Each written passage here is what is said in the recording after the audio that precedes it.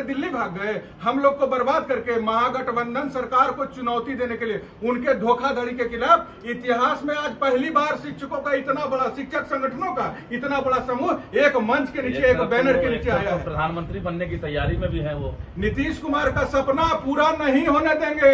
महागठबंधन सरकार ने प्रण पत्र में जो घोषणा की है, समान काम समान वेतन, राज्यकर्मी का दर्जा तुरंत लागू करे, नहीं तो उनका नींद उड़ाने के लिए सभी शिक्षक संगठन एक मंच, एक बैनर के नीचे आ गए। फैसला ले सकते हैं, सबसे बड़ा फैसला आप लेने जा रहे हैं। आज तक के शिक्षक आंदोलन में उतना बड़ा फैसला कभी नहीं लिया गया है, जो फैसला यह मंच, यह बैनर के नीचे लिया जाएगा।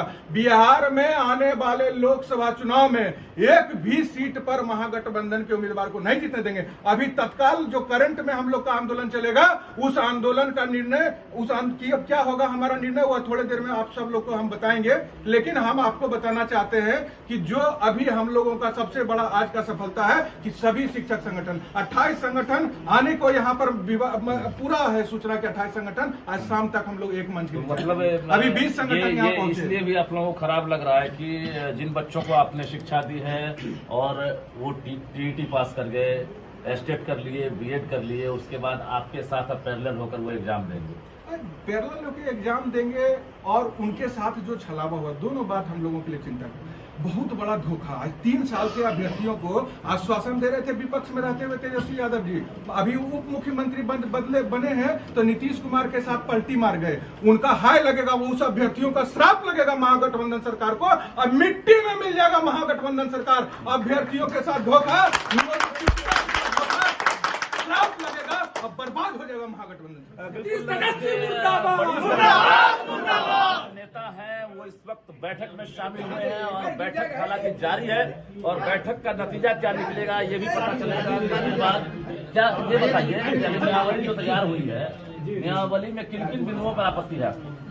नियमावली में तो हमारे जो पूर्व से नियोजित शिक्षक है उनके लिए कुछ भी नियमावली ही नहीं है। नियमावली का हर बिंदु पर हमको आपत्ति है कि जो हमारे शिक्षक है उसको उस कैटेगरी में रखा ही नहीं गया है। फिर से परीक्षा दीजिए, और जब केंद्रीय एजेंसी के द्वारा परीक्षा जो हमारे छात्र पास किए हैं उनको भी कहा जा रहा है कि फिर आप परीक्षा दीजिए, तो एक टीचर की बहाली के लिए कई बार परीक्षा से गुजरना पड़ेगा। ये तो पहले सरकार फैसला करे। सभी संघ आप लोग और खास करके संघ आप लोग एक हो रहे हैं, ये रणनीति और ये फैसला क्यों ले रहे हैं? ये इसलिए ले रहे हैं कि जो बिहार में एक आपात स्थिति उत्पन्न हो गई है। आप देखे होंगे कि हमारे जो सरकार में बैठे हुए बिहार के नियोजित शिक्षक अब राज्य सरकार के खिलाफ आर पार की लड़ाई लड़ने के मूड में हैं और यही वजह है कि सभी शिक्षक अभी आपात बैठक में शामिल हुए हैं। इस वक्त आपको हम दिखा रहे हैं तस्वीर, राजधानी पटना में राज्य भर के सभी संघ के शिक्षक जो हैं एकजुट होकर बैठक कर रहे हैं और बैठक में हालांकि अभी नतीजा नहीं निकला है, लेकिन अब तक जो विभाजित संघ थे अब एक मंच पर जो है अब सरकार के खिलाफ आवाज उठाएंगे। जरा हम बात करते हैं किन मुद्दों को लेकर बैठक हुई है और बैठक का नतीजा कब तक निकलने वाला है। हम लोग केवल और केवल इस मुद्दे पर विचार कर रहे हैं कि बिहार के तमाम शिक्षकों को हम लोग किस प्रकार से इस निर्णायक लड़ाई में सभी लोगों को एक साथ हम सड़क पर लाएं, किस प्रकार से लड़े।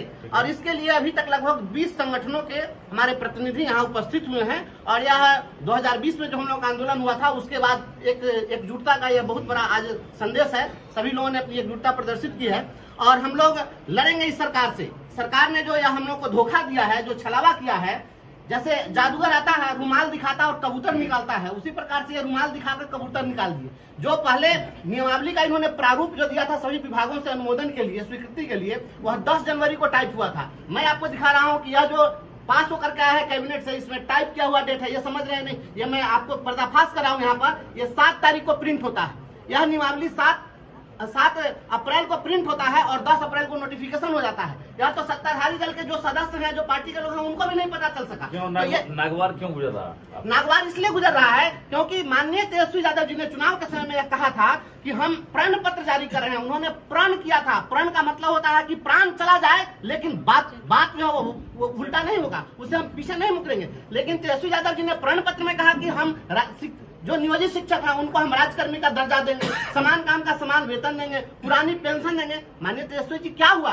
और हम यह साबित कर दिए चुनाव में कि उन्होंने जो प्रण पत्र हम लोगों को दिखाया, उनके दिलासे में आकर के उन्होंने जो विश्वास दिलाया, उनके विश्वास में आकर के उन पर विश्वास व्यक्त करके बिहार के ये 4 लाख से अधिक शिक्षकों ने उनको वोट किया और बैलेट में उनके पार्टी को हम लोगों ने सब जगह जिताने का काम किया था। यह प्रत्यक्ष है, हमारे वोट से वो जीते थे। आज विश्वासघात हुआ। वंशीधर ब्रजवासी ये बताइए कि अभी आप लोग बैठक कर रहे हैं, जितने भी संघ यहाँ पर भी शामिल हुए हैं, अब क्या होगा नाम संघ का और सरकार के खिलाफ आप लोग किस तरह से आवाज बुलंद करेंगे?